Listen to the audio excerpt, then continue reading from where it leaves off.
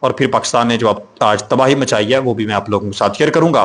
امریکی وزیر خارجہ مارکو روبیو نے ایران اور عمان کے حوالے سے ابنائے ہرمز میں تجارتی جہازوں پر ٹیکس یا فیس عائد کرنے کی ایرانی کوششوں پر سخت ترین موقف اپنایا ہے۔ عمان اور ایران کا منصوبہ ناقابل قبول کہا گیا ہے۔ ٹولنگ سسٹم کی مخالفت کی گئی ہے۔ مارکو روبیو نے صحافیوں اور پریس کانفرنس میں واضح کیا کہ ایران عمان کو اپنے ساتھ ملا کر آبنائے ہرمز سے گزرنے والے بحری جہازوں پر ایک ٹولنگ سسٹم نافذ کرنے کی کوشش کر رہا ہے۔ عالمی تجارتی قانون کی یہ خلاف ورزی ہے۔ انہوں نے اس ایرانی منصوبے کو غیر قانونی اور مکمل طور پر ناقابل قبول قرار دیا ہے۔ ان کا کہنا ہے کہ امریکہ اور دنیا کا کوئی بھی ملک آبنائے ہرمز کو ٹول پلازہ بنانے کی اجازت نہیں دے گا، کیونکہ یہ بین الاقوامی تجارت کی ایک عام ترین لائف لائن ہے۔ انہوں نے کہا کہ چین بھی اس چیز کی اجازت نہیں دیتا، روس بھی اس چیز کی اجازت نہیں دیتا کہ اس کو یہاں پر جو ہے وہ ٹول ٹیکس دیا جائے۔ یہ انٹرنیشنل ایک ٹریٹری ہے، جبکہ ایران کا دعویٰ ہے کہ یہ ہماری ہے، عمان کا دعویٰ ہے کہ یہ ہماری ہے، یا ہم دونوں کی ہے۔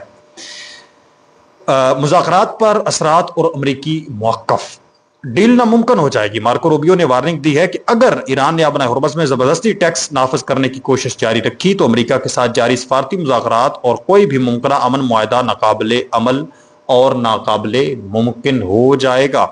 انہوں نے بتایا کہ اقوام متحدہ کی سلامتی کونسل میں اس اقدام کے خلاف بحرین کے سرپرستی میں ایک قرارداد پر کام جاری ہے، جس سے 100 سے زائد ممالک کی حمایت حاصل ہے، اور چین بھی اس ٹولنگ سسٹم کی خیال میں نہیں ہے۔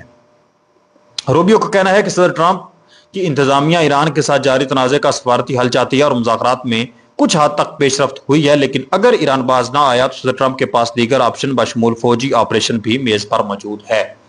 یعنی ایک بڑا جو حملہ ہے، ایک جو بڑا اٹیک ہے، وہ کیا جا سکتا ہے اگر مذاکرات کامیاب نہیں ہوتے۔ صاف ظاہر ہے، یہ ساری دنیا جانتی ہے، ایران بھی حملے کرے گا، آپ ایران کے اوپر اٹیک کریں گے اگر مذاکرات جو ہیں وہ کامیاب نہیں ہوتے۔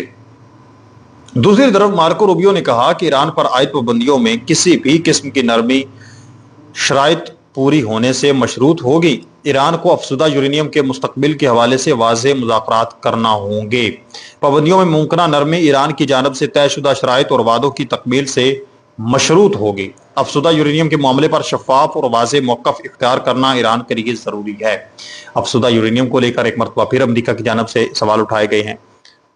امریکہ کے سیم وہی مطالبات ہیں جو ایران نے پہلے دن سے کہا ہوا ہے کہ ان کے اوپر ہم کمپرومائز نہیں کر سکتے۔ اگر ایران نے کمپرومائز کرنا تھا تو پھر اس کو اپنا سپریم لیڈر کی جو ہے وہ آپ کہہ لیں کہ جان دینے کی کیا ضرورت تھی۔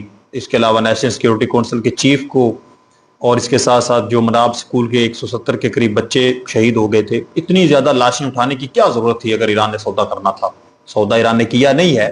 ویسے میں بات کر رہا ہوں کہ اگر یہی مطالبات جو ہے وہ بار بار امریکہ سامنے رکھ رہے اور ایران کہہ رہا ہے کہ یہ مطالبات ہم کسی وہ کہتے ہیں کہ پوائنٹ پر بھی قبول نہیں کر سکتے، تو پھر اگر ایسا ایران کرتا ہے، قبول کر لیتا ہے، تو پھر اس کو کیا ضرورت تھی یہ ساری چیزیں کروانے کی؟ تو ایران اپنے موقف پر مکمل طور پر ڈٹا ہوا ہے۔ ابھی تک کوئی اس نے لچک نہیں دکھائی افزودہ یورینیم کو لے کر یا اپنا ہرمز کو لے کر۔ دوسری طرف ناظرین محترم، میں آپ لوگوں کو بتاتا چلوں کہ بھارت اور افغانستان کی جانب سے پاکستان کے خلاف اس وقت ایک جھوٹا پریپوگنڈا سوشل میڈیا کے اوپر کافی زیادہ وائرل چل رہا ہے، کافی زیادہ وائرل۔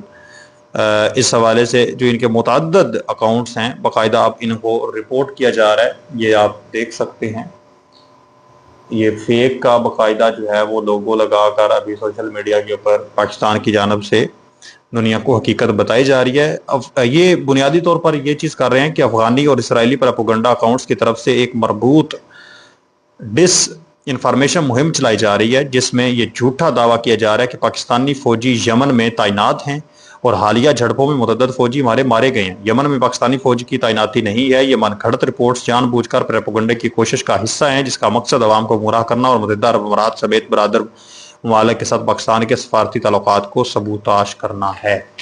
تو یہ بنیادی طور پر ایک جھوٹا پروپیگنڈا جو ہے وہ پاکستان کے خلاف کیا جا رہا ہے۔ چمن پھاٹک پر ایک حملہ ہوا تھا، اس کا بدلہ ابھی تک جاری و ساری ہے۔ دن ٹائم آپ کو بتایا تھا کہ 15 کے قریب دہشت گرد مارے گئے ہیں، ابھی رپورٹ سامنے آ رہی ہے کہ 17 کے قریب مزید دہشت گرد جو ہیں وہ پھڑکائے گئے ہیں۔ اس کا بدلہ لینے کا سلسلہ جاری و ساری ہے۔ طالبان کی صفوں میں صف ماتم بچھایا گیا ہے، مودی کے ہاں صف ماتم بچھایا گیا ہے۔ 17 کے قریب جو بھارتی مورے ہیں وہ پار کر دیے گئے ہیں۔ آپ اس تمام تر صورتحال پر کیا کہیں گے؟ مجھے ضرور بتائیں۔ ملتے ہیں ایک اور